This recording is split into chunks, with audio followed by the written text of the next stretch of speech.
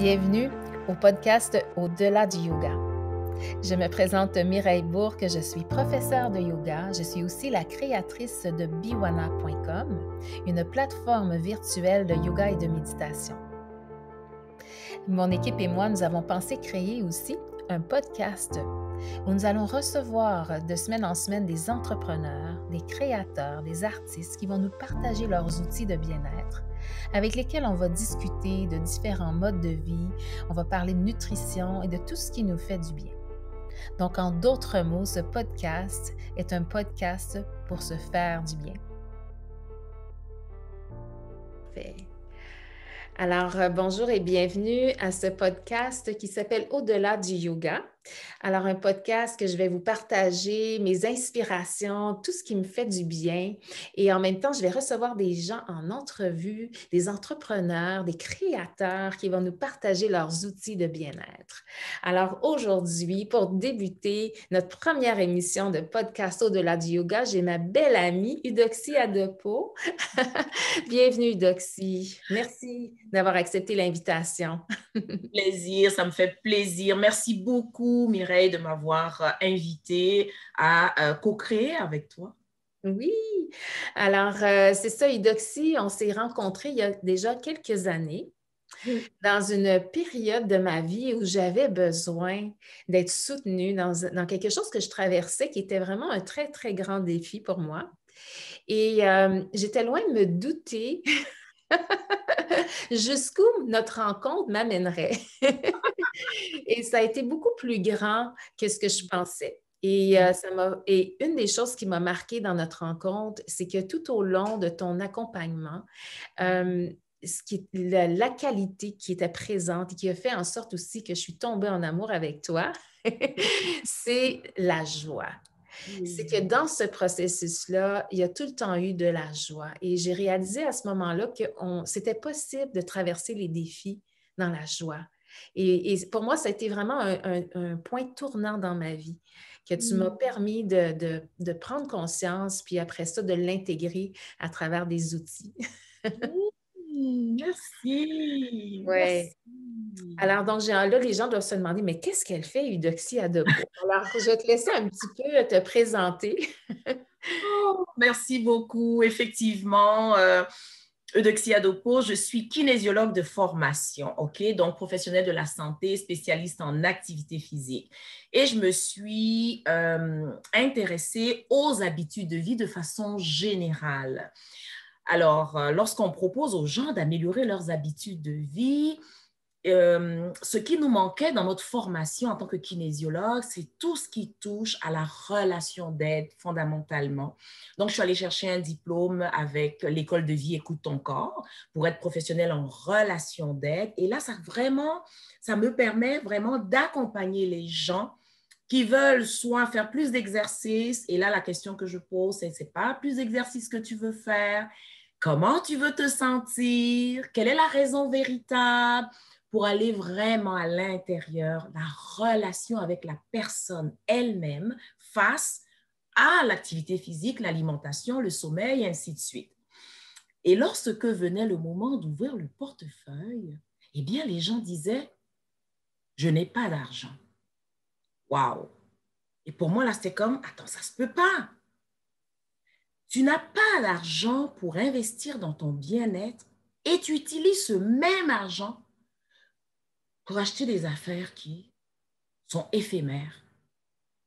C'est que là, je m'étais curieuse d'aller voir qui est cet argent. Et là, je suis allée prendre une autre formation pour être coach certifié d'abondance financière. Et une fois que j'ai eu ces trois casquettes-là, kinésiologue, professionnel en relation d'aide, coach certifié d'abondance financière, et pour moi, ça a été clair maintenant. Donc, j'ai mis au point ma méthode, OK, qui est d'inviter les gens dans le quart de la joie. Le quart de la joie, oui.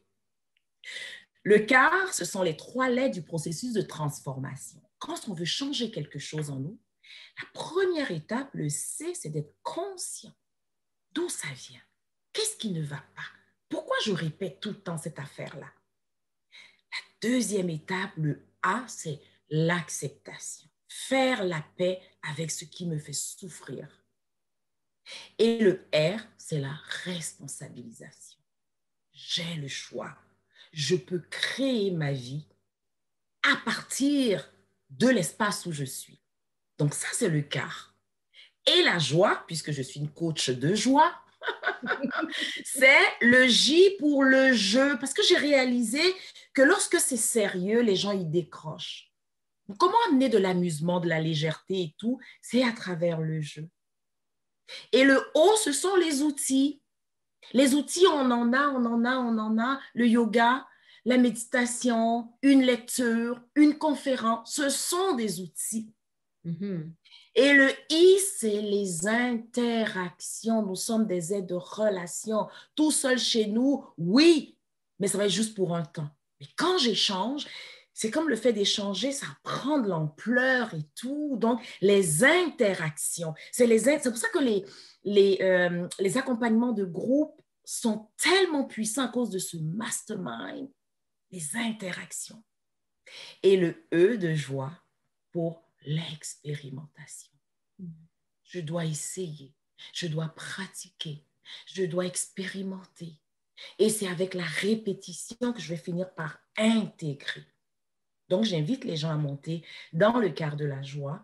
Et c'est comme ça que finalement, j'accompagne les gens. C'est comme ça que comme je dis souvent, je contribue joyeusement au monde grâce au quart de la joie. Oh oui, tellement. C'est tellement beau. C'est tellement inspirant de t'entendre, Eudoxie. Il y a quelque chose de très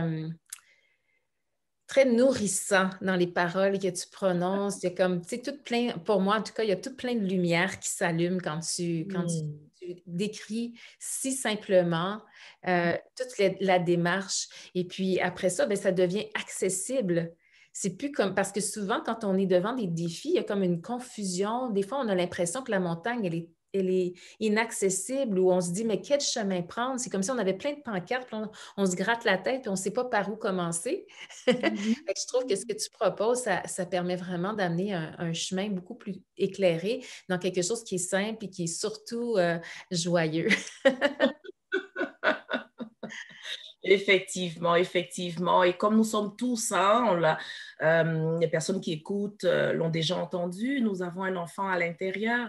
Et quand cet enfant-là a l'opportunité de jouer, okay, l'adulte en nous donne quelquefois une petite fenêtre à l'enfant de jouer. Et cet enfant va lui montrer ce dont il a besoin. Il croit qu'il a perdu, mais lui, il va lui montrer, il va dire non, regarde, c'est parce que tu as oublié de jouer. Oublié de jouer. Et à partir du moment où on se connecte à ça, on tombe dans un monde de magie. Et ça, toutes les personnes qui m'écoutent savent de quoi je parle.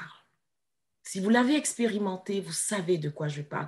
Et chaque fois que vous vous sentez comme, on va dire, désénergisé, c'est que le petit enfant s'ennuie. Oui.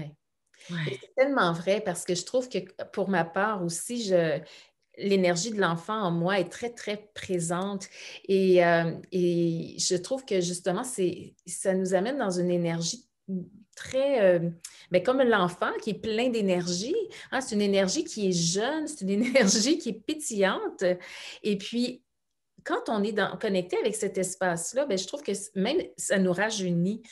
Oui, effectivement. On peut le voir, les gens qui ont cet enfant très vivant en eux, on le voit dans leur façon de se comporter. Hein, le non-verbal parle énormément, puis on peut vraiment le percevoir.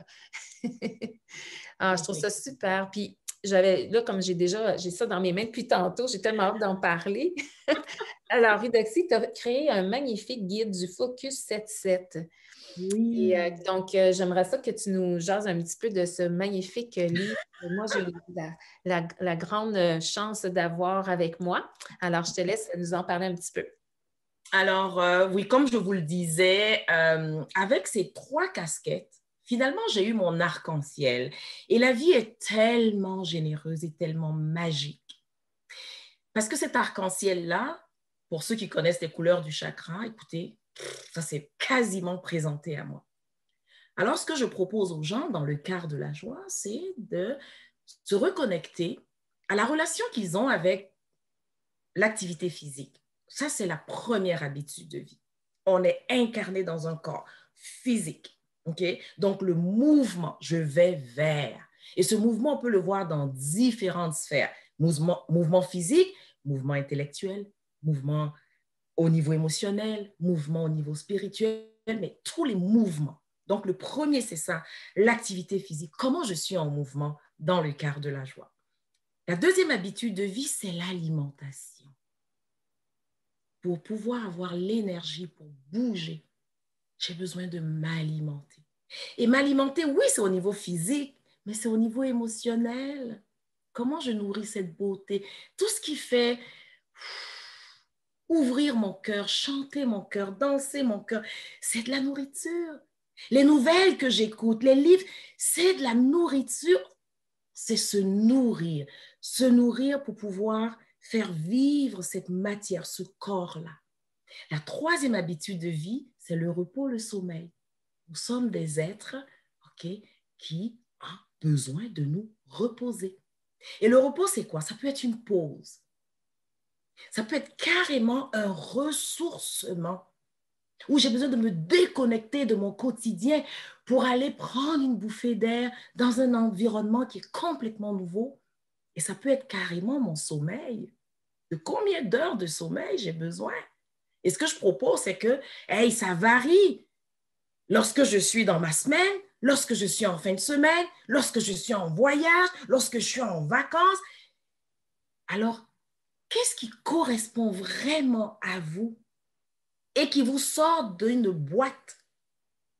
D'accord? Donc, la troisième habitude de vie, c'est le sommeil. La quatrième, ce sont les relations interpersonnelles. Wow!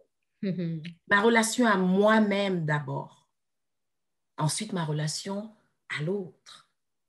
Et comme je le dis dans le guide du Focus 7-7, l'autre, c'est moi. L'autre est là simplement pour me montrer comment je me traite. Je ne peux pas accuser l'autre. Parce que je ne sais pas si les gens qui nous écoutent savent ce fameux geste où quand tu pointes, ben, tu as 3 doigts qui te disent « Est-ce que tu t'es regardé toi? » C'est bon. Regarde, ouais. Tu pointes l'autre, ouais, il m'a dit ceci, il m'a dit cela, mais tu te le dis sans t'en rendre compte. L'autre est une opportunité dans mes relations pour juste me montrer jusqu'à quel point je me suis déconnectée de l'amour de moi. Donc, la quatrième habitude de vie, ce sont mes habitudes de relation. Ça, c'est la quatrième. La cinquième, c'est mon activité professionnelle. Je suis sur cette planète, je viens contribuer joyeusement au monde. Quels sont mes dons? Quelles sont mes qualités? Quels sont mes talents? Comme toi, c'est tout ce qui touche au yoga, au dessin, à la créativité. Tu amènes les gens dans un espace où, oh wow! Eh bien, nous tous ici, on est venus pour quelque chose. Donc, comment est-ce que je contribue joyeusement au monde? Et ça, c'est important. La sixième habitude de vie, c'est ma relation à l'argent. Wow! On va en parler un peu plus en détail. Oui. Et la septième habitude de vie, c'est ma relation à la vie. Est-ce que, pour moi, la vie, est-ce que c'est un combat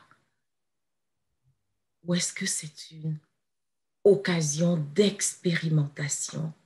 Quelle est mon attitude face à la vie? Est-ce que je vois plus souvent le verre à moitié plein ou à moitié vide? Est-ce que je suis plus dans la gratitude ou la complainte? Alors ça, c'est mon arc-en-ciel. Ce sont les 7 habitudes de vie du quart de la joie. Et c'est ça que j'ai mis dans le guide du Focus 7-7. Et ce que j'ai trouvé vraiment intéressant dans un des commentaires d'une des personnes par rapport à ce guide m'a dit, écoute, Eudoxie, est-ce que tu es consciente que tu as créé une matrice? Je dis, ah oui, comment ça? Il dit, parce que dans le guide, tu proposes aux gens de choisir une intention, focus, et tu donnes toute une liste de possibilités. Tu leur proposes aussi quelquefois de choisir une soustraction, parce que les gens ont de la difficulté à faire quelque chose, parce qu'il y a quelque chose qu'ils doivent laisser aller. Donc, est-ce que c'est la lourdeur, la contrainte, le stress, et tu proposes une liste. Et par-dessus tout, tu invites les gens à ressentir. Et tu leur donnes toute une liste de sentiments agréables. Et la personne m'a dit, imagine que la personne, à travers les 7 habitudes de vie, choisit une intention pour chaque habitude de vie, une soustraction pour chaque habitude de vie, un sentiment. Et il me dit, écoute, la personne en a pour l'éternité. Et là, moi, je fais comme, oh my God, je n'avais pas pensé à ça. Donc, en gros, c'est vraiment ce que je propose aux gens. Et écoute, c'est plus je rentre dans le guide, plus je vois que c'est infini ce qu'on peut faire avec ça. C'est magnifique, vraiment. La richesse de ce livre-là, il est... En tout cas, des fois, c'est de trouver des mots qui ne sont pas assez grands ou assez justes pour vraiment décrire, mais je pense que déjà, tu nous as donné un beau portrait de cet outil qui est vraiment... je pense que surtout dans la période qu'on est en train de traverser, les gens ont besoin en ce moment de se trouver des outils qui vont vraiment les résonner avec eux. Et c'est pourquoi aussi je fais ce podcast-là, c'est pour permettre aux gens de découvrir tout ce qui est là à leur disponibilité et qu'ils puissent savoir qu'ils sont soutenus, hein, qu'il y a quelque chose qui est là pour eux, et c'est certain. Alors, effectivement, nous, on a choisi aujourd'hui de s'attarder au 6e, hein, je crois que c'est ça, au 6e, qui est notre ami l'argent. Et, notre relation à l'argent. Oui. Oui, parce que moi, ça a été aussi quelque chose que j'ai touché avec toi. On a fait beaucoup d'exercices ensemble et une des choses qui m'avait marquée à l'époque, tu m'avais dit, mais l'argent vient cogner à ta porte, mais tu lui ouvres la porte, mais tu ne le laisses pas rentrer. Et j'avais beaucoup aimé cette image-là. Puis après ça, sur le coup, j'ai comme pas pris conscience de comment ça se traduisait dans ma vie. Mais à un moment donné, j'ai réalisé, ah oui, mais oui, c'est vrai qu'effectivement, c'est comme si je suis gênée de le laisser rentrer. Il y a comme quelque chose en moi qui faisait, ben, hey, ça va avoir l'air de quoi si je laisse rentrer l'argent dans ma maison? voilà. Qu'est-ce que les gens vont dire si je laisse rentrer un personnage chez moi? Oui, effectivement. Et tu vois, Mireille, mon 2e livre porte sur le sujet de l'argent. Se libérer des fausses croyances face à l'argent. Parce que oui, nous transportons tous des croyances face à l'argent, qui est liée à notre histoire, qui est liée à notre éducation, qui est reliée à notre culture. Il y a des gens, c'est vraiment par rapport à la religion. L'argent, c'est le démon. C'est la pire chose qui existe au monde. Alors, quelle relation on a avec? Ben, c'est une relation d'amour-haine. On en veut, mais on n'en veut pas. On en veut, mais on ne veut surtout pas que les autres sachent combien on a, qu'est-ce qu'on fait avec. Donc, avec l'argent, il y a comme de l'hypocrisie qui est associée à ça. Et moi, ce que je propose aux gens dans le quart de la joie, c'est venir rencontrer votre argent. Il fait partie de votre famille. C'est un des membres de votre famille. Et bien, ce membre de la famille, mais ce serait le fun d'abord d'accepter qu'il est là. Parce qu'au moment où je te parle, et tous les gens qui m'écoutent, ben, ils ont de l'argent dans leur portefeuille, ils ont de l'argent dans leur compte en banque, ils ont de l'argent. L'argent existe dans leur réalité. Et pourquoi est-ce qu'il est caché? Si j'ai honte de lui, ça ne va pas. Donc, l'idée, c'est quoi? C'est de lui redonner sa juste place. L'argent n'est pas un bien matériel. Non. L'argent, c'est une énergie qui a été matérialisée sous forme de billets, sous forme de pièces, sous forme de... C'est une énergie. Le but de l'argent, c'est de nous permettre de vivre des expériences, voyage dans notre expérience. Si aujourd'hui, Mireille, tu reçois 500 000 $, tu vas faire comme, waouh, j'ai 500 000 $. Mais est-ce que c'est parce que j'ai 500 000 $ que je ne suis plus la Mireille d'aujourd'hui? Non. C'est la Mireille d'aujourd'hui avec 500 000 dollars. Les gens vont dire l'argent va changer les personnes. Non, l'argent révèle qui on est. Donc, la Mireille d'aujourd'hui avec 500 000 dollars, elle va vibrer comment? Elle va rayonner comment? Si elle devient hyper généreuse, elle a toujours été généreuse, c'est juste amplifié. Mais si elle devient subitement comme, oh my God, attaque de panique et tout, non, j'en veux pas et tout, hey, c'est quelque chose qui était là, mais l'argent est venu réveiller cela. Ouais. On n'accuse pas l'argent. Il vient amplifier. C'est une loupe qui vient venir grossir certains traits de nos caractères. Il y a des gens qui ont peur de lui parce qu'ils ont peur de leur lumière. Qu'est-ce que tu vas faire avec 500 000 dollars? Tout de suite, là, c'est comme, hey, je vais aller aider les jeunes, les petits déjeuners. Et là, moi, je dis, non, non, tu ne vas pas faire ça avec ces 500 000 dollars. Qu'est-ce que tu vas faire pour toi d'abord? Pour toi. Hey, je vais prendre des Oui, puis vacances. tu vois, ça, je me souviens de quand tu m'avais dit ça, puis ça m'a toujours resté parce que dernièrement, j'ai fait un petit jeu justement avec ma famille. J'avais vu ça sur Instagram, quelqu'un qui a fait ça. Je disais, ah, tiens, je vais l'essayer moi aussi. Fait que j'ai acheté des petits carnets. Et puis là, on a commencé à écrire, première journée, on a 100 dollars à dépenser. Et là, on devait chacun écrire qu'est-ce qu'on fait avec notre 100 dollars. Et puis vraiment, la consigne, c'était justement de dépenser pour soi. Pour soi. Et j'avais même spécifié d'écrire aussi comment on se sentait. Et puis, à chaque jour, l'argent doublait. Donc, le lendemain, c'était 200 dollars et après ça, 400 et ainsi de suite.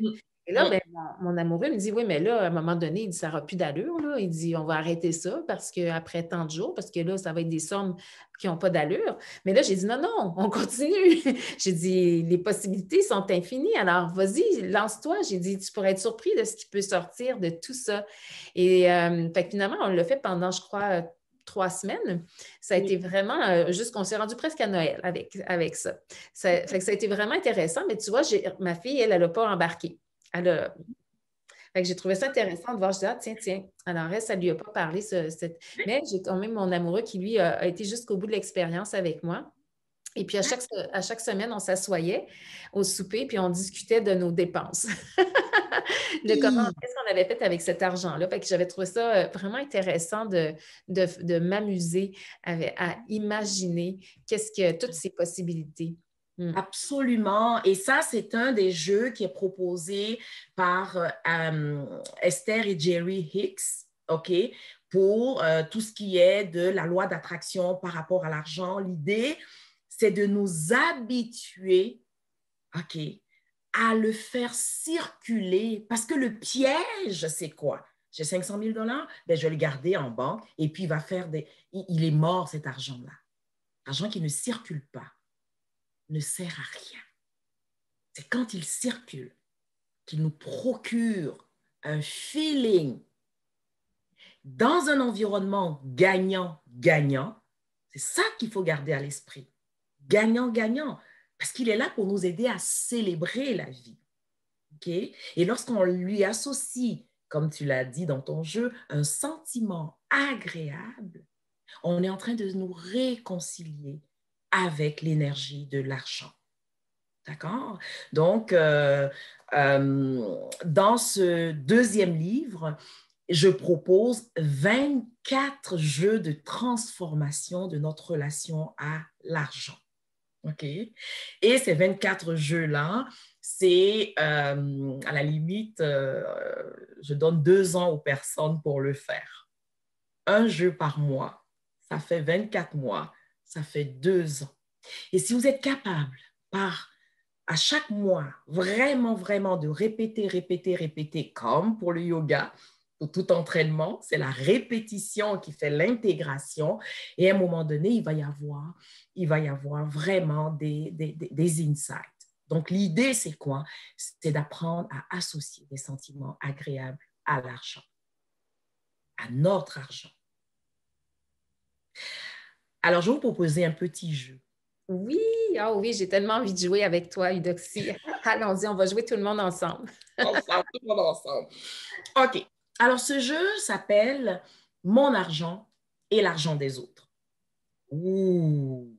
Alors, pour tout le monde, ce que je vais vous demander de faire, c'est lorsqu'il s'agit de dépenser votre argent, comment vous le faites? OK, imaginez, là, on revient avec les 500 000 $, là. OK, dans quelle énergie vous le faites quand il s'agit de dépenser votre argent? Prenez le temps de vous arrêter l'enregistrement et puis faites le jeu. Et lorsqu'il s'agit de dépenser les 500 000 $ de quelqu'un d'autre, comment vous le dépensez? Très important. Si, lorsqu'il s'agit de votre argent, vous le dépensez sans retenue, et quand c'est l'argent des autres, vous le dépensez, mais vraiment vous faites attention pour pouvoir tout justifier et tout, vous êtes débalancé. L'idée, c'est d'avoir la même attitude. Lorsque c'est à vous, lorsque c'est à l'autre. De la même façon, comment est-ce que vous parlez de votre argent? Et comment est-ce que vous parlez de l'argent des autres? Est-ce que quand il s'agit de l'argent des autres, vous pointez? Si vous pointez, n'oubliez pas que vous avez 3 doigts qui vous accusent. Hein? Ouais, tu as vu ce qu'ils font avec leur argent et tout. Ouais, il peut... Hey, wow, wow, wow. On parle de qui? On parle de l'argent. Donc, tu ne parles pas de l'argent de l'autre, tu parles de ton argent. Si lorsqu'il s'agit d'argent, tu es fâché, ben, il s'agit d'argent. Fait que tu vas être fâché après ton argent. Il ne voudra pas venir jouer avec toi. Et vous voyez, ce sont des choses simples. On regarde qui a de l'argent, qu'est-ce qu'il fait avec son argent, et on est dans l'accusation. Eh bien, on est en train de parler de nous. Qu'est-ce que j'ai de plus que l'autre? Qui dit que si moi, j'étais dans la même situation que l'autre, je ne ferais pas la même affaire? Mm-hmm. Mon argent et l'argent de l'autre, c'est le même argent. On parle d'argent. Donc, prenez le temps de voir si vos paroles, vos actions et vos pensées sont différents lorsqu'il s'agit de l'argent des autres et de votre argent. Là, l'argent n'est pas le bienvenu. Si c'est différent, si c'est les mêmes, déjà, vous voyez que vous êtes capable d'expérimenter vraiment l'abondance. OK? L'abondance, ça veut dire en avoir plus que nécessaire. Et l'abondance pour quelqu'un, ce n'est pas la même chose que l'abondance pour l'autre. Hein? L'autre, avec 500 000 $, il se trouve abondant, et puis quelqu'un d'autre, avec 50 000 $, il se trouve abondant. Non, mais l'abondance selon vous. Et surtout, si vous êtes capable de garder cet équilibre-là, vous allez vous connecter à la prospérité financière. Ça veut dire quoi? Être convaincu que quoi qu'il arrive, vous aurez toujours ce dont vous avez besoin. Vous installez dans la foi, ce n'est pas votre compte en banque, mais vous savez que ça va circuler tout le temps, aussi souvent que vous en aurez besoin. Donc, c'est un petit jeu que je vous propose. Et puis ça, c'est un des jeux qui sont dans le fameux livre qui va sortir très bientôt. En fait, c'est 2021, on va dire printemps 2021. Au moins, dépendamment de quand est-ce que les gens vont écouter ceci. Et puis, c'est plein de jeux, plein de lumière, finalement. Oui. Mm-hmm. Oui, je pense que honnêtement, c'est un sujet qui va nous permettre de nous réconcilier dans nos relations aussi, parce qu'on ne réalise pas à quel point l'argent est au milieu, au cœur de tellement de conflits dans des relations, que ce soit familiales, amicales, relations d'affaires. Il y a toute une charge amoureuse aussi, oui, effectivement. Il y a toute une charge autour de cette énergie de l'argent qui a besoin en ce moment, je pense, pour nous tous, tout le monde, d'être nettoyé pour permettre justement de sentir que finalement, d'enlever l'illusion du manque. Oui, mais exactement. C'est tout un cheminement parce que, tu sais, moi, je me souviens, moi, j'ai fait l'expérience du manque. Hein, j'ai été jusqu'à la faillite. Et puis, et j'ai vraiment vécu toutes ces expériences après ça qui m'ont amenée vers la foi parce que j'ai réalisé à un moment donné, mais il a fallu que je me rende là pour le comprendre, mais c'était ce chemin-là que j'ai choisi, mais de comprendre que finalement, je ne manquerai jamais de rien, que c'était qu'une illusion. Mais c'est Oui, certain que c'est ça, je pense que c'est dans le jeu, puis en prendre conscience qu'on va arriver à transformer ça. Parce que rationnellement, notre rationnel, lui, il va faire comme je comprends pas. Lui, il va juste comme s'agripper à ses peurs du manque parce qu'elles sont beaucoup plus grandes qu'on pourrait l'imaginer, je crois. exactement. Et tu vois, Mireille, et pour les personnes qui nous écoutent, c'est important. La prospérité, c'est un état d'esprit. C'est une attitude intérieure. Et l'opposé de la prospérité, c'est la pauvreté. C'est un état d'esprit. Il y a des gens qui ont des millions en banque, mais qui ont tellement peur de dépenser ce qu'ils ont, qui sont dans la pauvreté. C'est un état d'esprit. Ce n'est pas la quantité d'argent que vous avez. Si vous n'êtes pas capable de le laisser circuler, vous êtes dans l'état d'esprit de pauvreté. D'accord? Donc, ce qui est important, c'est de dire la prospérité, c'est reliez-vous tous les jours à cette foi, à cette certitude que vous aurez toujours ce dont vous avez besoin en termes d'argent pour fonctionner. Et regardez en arrière. Au moment où vous écoutez ceci, même si vous êtes passé à... Vous n'avez jamais manqué de quoi que ce soit, puisque vous êtes là aujourd'hui à nous écouter. Alors, plus vous allez laisser circuler l'argent, plus vous allez ressentir cette richesse à l'intérieur. Plus vous allez retenir votre argent, mais plus vous serez sous son emprise. Il vous contrôlera et vous allez être malheureux à l'intérieur parce qu'il ne jouera pas son rôle.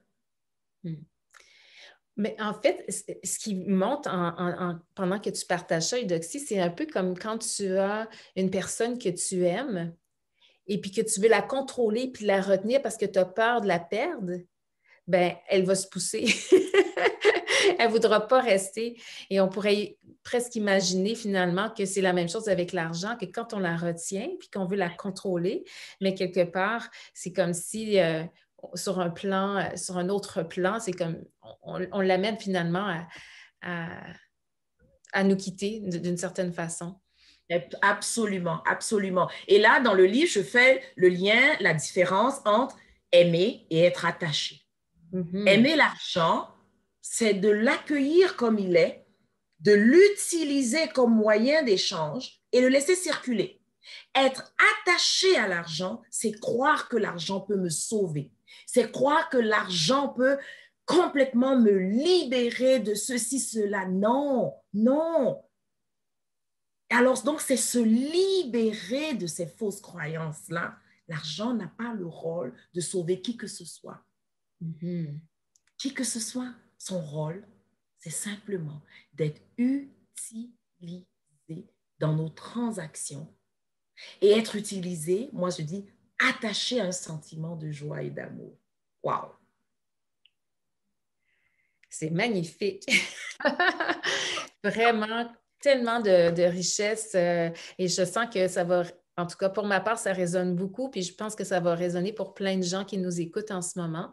Peut-être pour certains, ça va être même de grandes révélations. Alors peut-être pour d'autres, ça va juste les rappeler ce qu'ils savaient déjà, peu importe, mais certainement très, très aidant. Merci, Eudoxie, d'avoir accepté cette entrevue aujourd'hui, de nous avoir partagé cette belle richesse que tu portes en toi et que tu exprimes si bien et que tu nous amènes que tu nous offres avec tellement de générosité. Merci. Alors, est-ce qu'il y a des choses que avant qu'on termine, j'aimerais ça, s'il y a des gens qui aimeraient, par exemple, soit s'offrir le livre qui est déjà publié, Guide du Focus Tête-7, ou encore est-ce qu'il y a autre chose que tu aimerais inviter les gens? Est-ce qu'il y a des choses que tu offres en 2021? je te laisse parler de ça s'il y a des invitations à faire. Oh, merci beaucoup, Mireille. Alors, en 2021, dans le quart de la joie, la grosse nouveauté, c'est la communauté du quart de la joie. Je veux qu'on fasse ensemble, je veux qu'on grandisse ensemble. J'invite en 2021 et plus de mettre l'accent sur la collaboration. C'est ensemble qu'on va changer ce monde. Oui, on le fait via Internet et tout, mais au niveau vibratoire, l'énergie est toujours là. De la même façon qu'on sait que lorsque je pense à quelqu'un qui se trouve à 12 000 kilomètres et que je lui ouvre mon cœur, la personne est capable de le ressentir, alors à travers les ondes, on est capable. Donc, c'est vraiment, je vous invite à embarquer dans cette communauté du quart de la joie. Vous allez découvrir mes partenaires et puis plein de petites pépites d'or.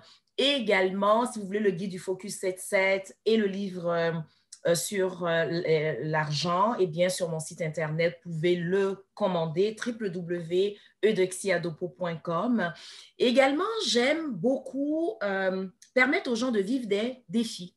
Donc, j'ai des défis 21 jours, OK, sur le corps, sur les relations et sur l'argent.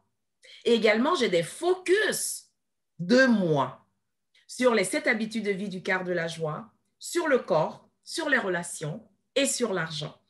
En fait, qu'est-ce que je voulais te dire, Mireille, c'est que toutes les personnes qui veulent embarquer dans le quart de la joie pour vivre une expérience de reconnexion à eux-mêmes, eh bien, ils sont les bienvenus. Et ce qui est intéressant, c'est que dans le quart de la joie, ils vont retrouver Mireille Bourque. Ça va être le fun, par exemple. Oui, tellement. Merci, Doxy. Tellement. Gratitude. Oui, je crois sincèrement que 2021, c'est une année où on va se réunir dans des belles collaborations et pour pouvoir justement s'entraider et montrer à quel point c'est possible justement de s'entraider où tout le monde est gagnant et d'enlever l'illusion, encore une fois, de perdre, de se sentir séparé ou divisé, puis de vraiment nous amener dans des espaces de collaboration qui vont nous permettre d'amplifier, de bonifier, de prendre de l'expansion. Et je pense que c'est ça qui va faire qui va vraiment amener les gens dans une autre façon d'être en relation, justement. Très bien. Merci à tout le monde. Merci à Mireille et au plaisir de vous rencontrer, découvrir, accueillir dans le quart de la joie. Merci, Eudoxie. Merci tellement. Merci à vous tous de nous avoir écoutés aujourd'hui dans cette première émission de Au-delà du yoga et au plaisir de vous retrouver dans une prochaine émission. À bientôt tout le monde.